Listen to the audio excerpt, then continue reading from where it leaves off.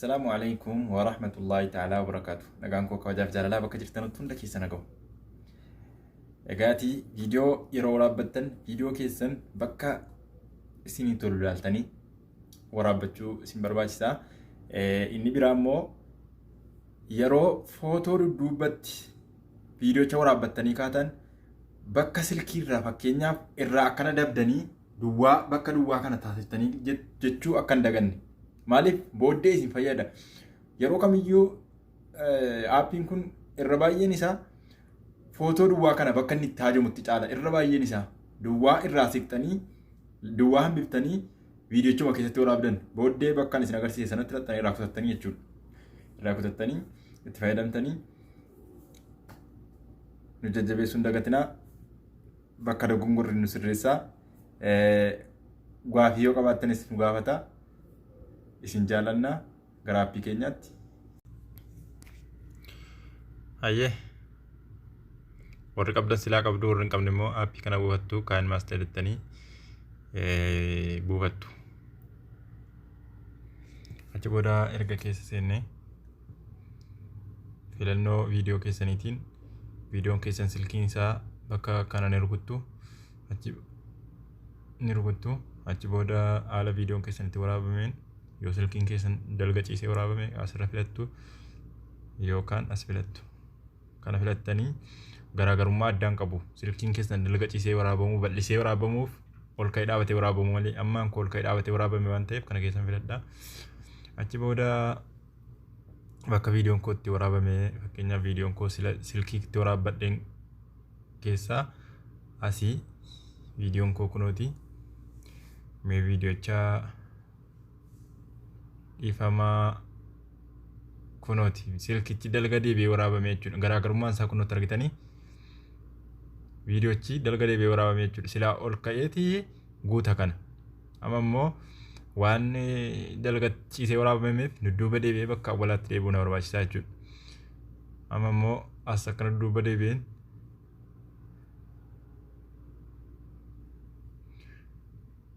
bakka kana dhufee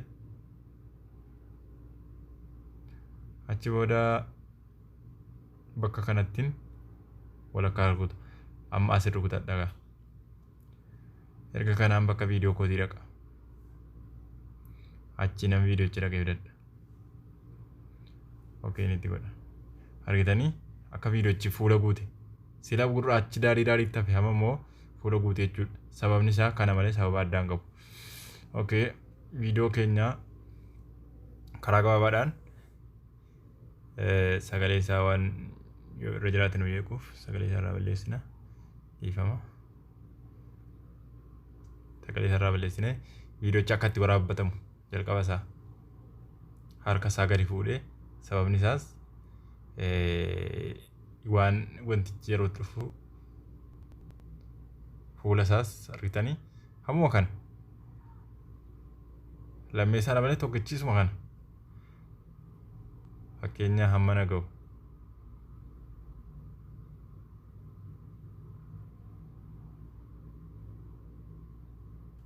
Bakka kanatti gad rukuteen fuulduratti guuta. Fuulduratti guuteera. Akkana guuteen dudduubatti amma kanatti guuta. Okey. Sakana itti utaalaa. Sakana itti rifiitaanaan. Okey. Amma itti kana taphte. Mee hamma guutuun viidiyoo itti waraabamtu amma kana laa.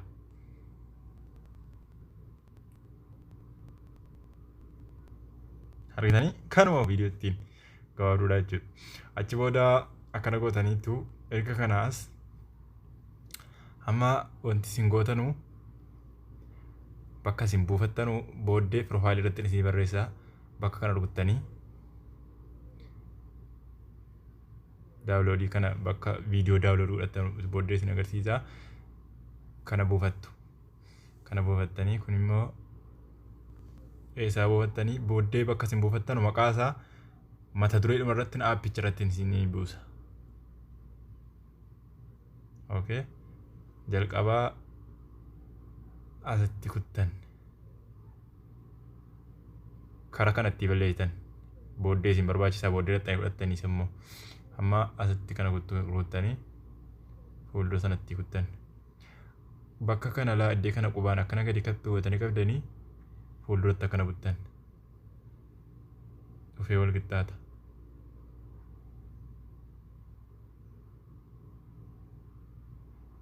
Kun olaa bakka kanatti argattanii magariisa isa kanan hamma magariisaan achi fixa magariisaan achi fixa. Akkana godhee magariisaan achi fixa. Okay. Magariisa achi fixeen bakka kanatti kuta. Iddee kana dhaheen bakka kana dhufee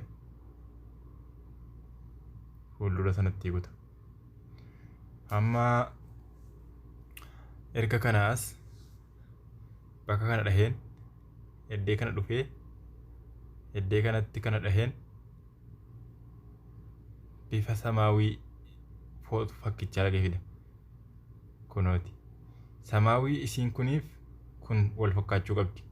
Achi booda bakka kanatti irraa itti godha. Achi booda bakka kana rukuta. Badeera samaawichi. Eessa dhaqe? Samaawiin badee achi duubaa wantiin dhufaara. Hamma kana dhaheen eessannaa? Bakka kanannaa. Asinnaa. Fuulatti guute jechuudha. Fuula kanatti guuta. Ofiirraa gara kanatti yoo darbe fuulatti guuta. Hamma ofiirra yoo jiraate kunootii walakkaatti hafeera hamma immoo wal qixxee ta'a jechuudha. Achi booda fuulduratti rakkana fuudhe magariisichi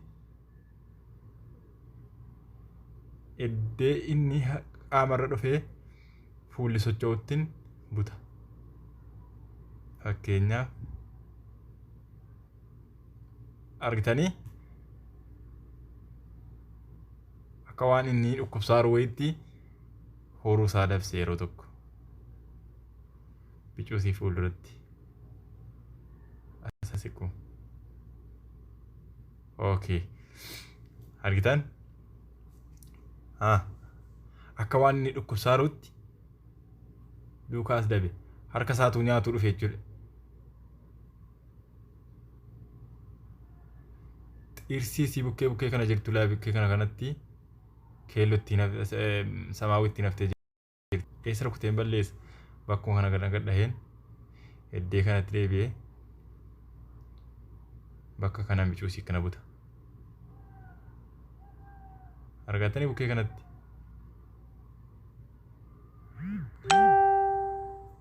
Ifama sama argarii jecha fida. Akkanan buta. Bareecheetuun akkana buta amma.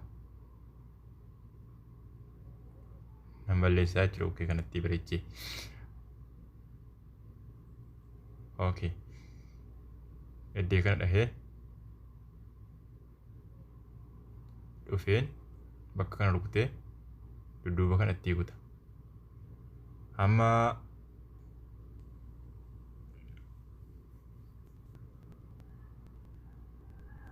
okay.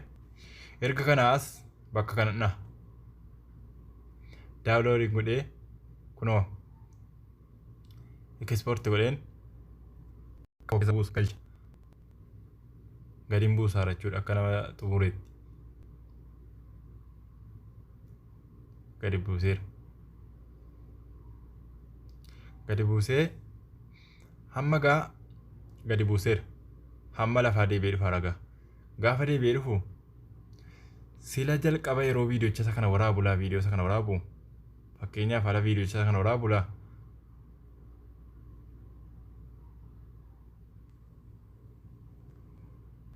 erga fixee ka'e itti achi siqee bakka duwwaa hambisalaa bakka duwwaa hambise iddee kanatti duwwacha isa kana maaliif hambise hamma sa'aatii kana duwwaa isa kana hamma fayyadamtanii gaa duwwacha isa kana keessaa kutattanii bakka kana akkana rukuttanii naan inni akkana duwwaa ta'e bakka kana fiddanii iddee kana rukuttan. Iddee kana rukuttanii bakka kana rukuttan. Sila awwal. Amma immoo erga immoo yoo bakka kanatti hojjetan bakka kana rukuttaniituma karaa lama yoo ta'e isin hirkaa badaa sila asuma rukuttanii fakkeenya ammaani bakka kana rukutee bakkuma kana yoo rukute asitti naa bayyana. Asitti naa bayyera. Erga naa bayyoo jara kana lammaan nan guba. Eessa dhahee bakka kana dhahee isa kanas nan guba. Bakka kana dhahee isas nan guba. Amma isa kana dheereffadha. Bakka kana qabeen akkana fuulduratti kutaa. Achi booda eessan naqaa kallattiidhaan as dhufa. Amma eessan naqaara viidiyoo san sila hamma hojjedhe dhimmaa sana madaa gadi buufadhe dhimmaan fiduu dhaqaara. Dhaqeen fidee dhufa.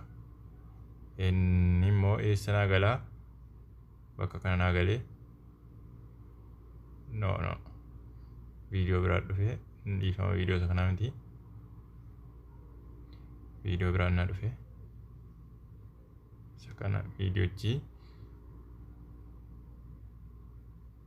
isa kana viidiyoo isa kanarraan nama hojjedhe ka'e kunooti laata kana viidiyoochi eessan isa kanas immoo as dhaheen bakka kanadha nan guuta amma guuteera. Amma erga kana asigaa dhaqeen viidiyoo isa hammaa isaan wala isaa immoo dhaqee fidee dhufa. Eessa dhahee isan buufadhe sana isa kana naqee fidee dhufa. Isuma ammaa wala inni naqee fidee dhufu amma inni immoo kana qabaa bakka kanatti eddee kana dhaheen maqasuma dhahee fuulduratti guuta. Amma inni immoo maal godha akka fuula namaatti dhufee waa fassakee ba'a. Isa seessan dhahaa bakka kana dhaheen fuulan guuta. Achumaan as deebi'een bakka kana dhaheen isas akkana godhee magariisa kan isaa immoo kunoo bakka kana rukutu magariisa irra jira. Deematti raayit godheen bakka kana of hin godha. Magariisicha bukkee iddee qubni koo butaaru san qabeen xiqqoo akkana buta. Amma asin deebisa. Isa olii kanatti deebi'een bakka kana dhaheen iddee kana rukutee bakka kana dhaheen magariisa ammaa dhaqee fida. Magariisichi isuma sana fakkaachuu qaba. Magariisa kana dhaqee fidee bakka kana dhaheen fuulduratti fudha. Magariisichi badeera. Bakka kanarratti iddee harki isaa mul'atu kanatti akkana buteen isii kan akkana qubaan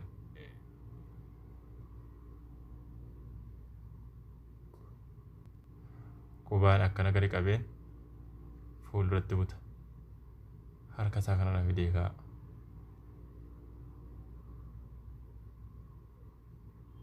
Akkana godhee bicuu isii dudduubatti buta.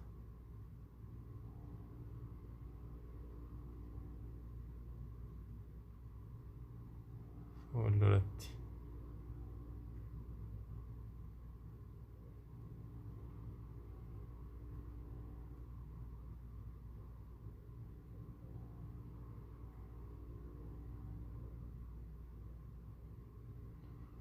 Okay.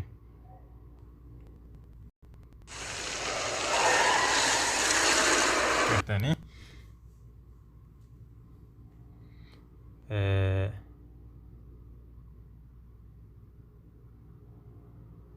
akka waan fuula isaarra dhaqeen namni bu'u dhaqee dudduubaan baaseera jechuudha. Amma immoo bifti isaa kun akka bifti inni unii fi inni kun gargara ta'aara. Akka inni gargara hin taane immoo amma fakkeenyaaf dhabamsiiseera jechuudha. Bakki kun duwwaadhuma wanti hundinuu tokkuma. Sababni isaa sababa inni kun footochi sila bakka duwwaa kaa'ameef inni olii kun siniif agalu. Amma immoo isa olii kana irratti akkana rukuteen eessa dhahaa bakka kana rukuta. As rukutee bicuu fuulduratti akkana fuudheen garaagarummaa isaa balleessa.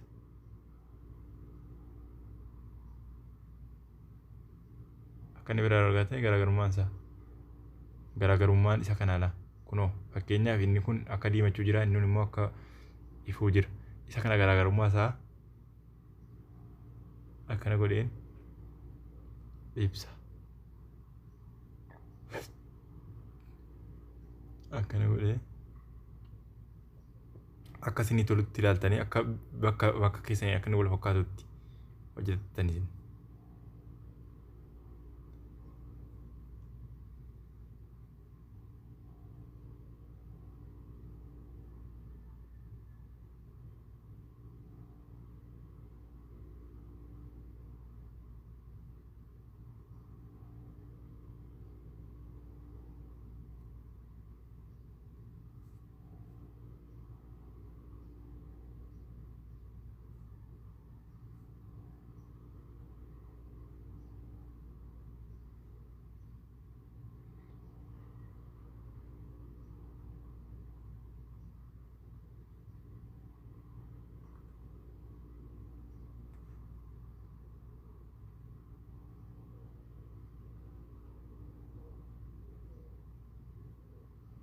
Okay.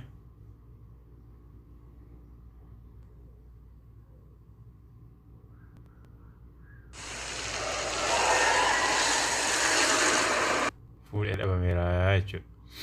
Achi booda bakka kana si olii kana rukuttanii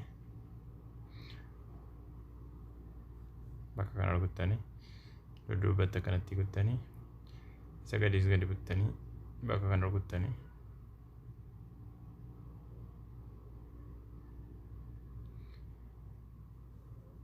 isa kana immoo eessaa akka argattanu eessaa akka buufattanu mata duree bakka viidiyoo kana YouTube irratti bakka gadhiisu irratti mata duree isaa irratti barreessaa mata duree irraa buufattani. Achirra jira maqaan isaa achirratti barreessaa. Isaan immoo bicuusii akka caccalaqqisuu kana xaaruu bifa uffata keessaniitiin wal madaaluu qaba. Bakka kanatti deebitanii xiqqoosi kana gootan. Badeera jechuudha amma qulqulluu ta'eera. Asii dhufee isa fuudhee badeera jechuudha. Kana bakka kana rukuttanii daaloo dhugootanii ispoortii kana rukuttanii kun gaafa dhufee isin gama ga'u gadi isinii bu'eera jechuudha. Galatoomaa ulfaadhaa fayyataa nu jajjabeessuu hin dagatinaa. Share subscribe gochuu hin dagatinaa. Like illee tuquu hin dagatinaa.